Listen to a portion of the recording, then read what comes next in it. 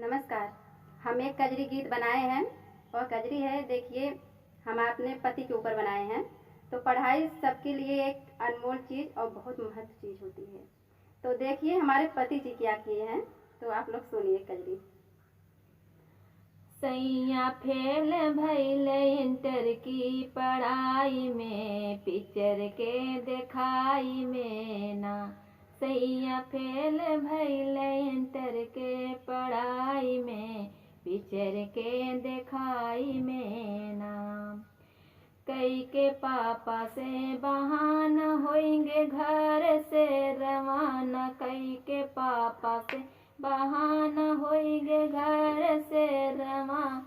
सैया फेल भइले ओ सैया जेल गईले मार करवाई में, पिक्चर के देखाई में ना।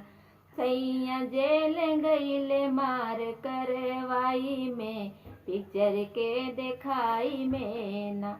सैया फेल भइल इंटर के पढ़ाई में, पिक्चर के देखाई में ना।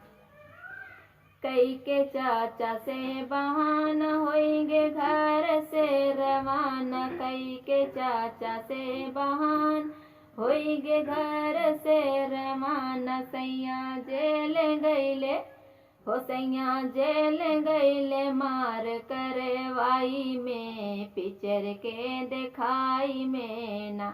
सैया जेल गईले मार करवाई में, पिक्चर के देखाई में ना। सैया फेल भइल इंटर के पढ़ाई में, पिक्चर के देखाई में ना। कई के भैया से बहाना होएंगे घर से रवाना, कई के भैया से बहाना होएंगे घर से रवाना। सैया जेल गईले हो सैया जेल गईले मार करवाई में, पिक्चर के देखाई में ना।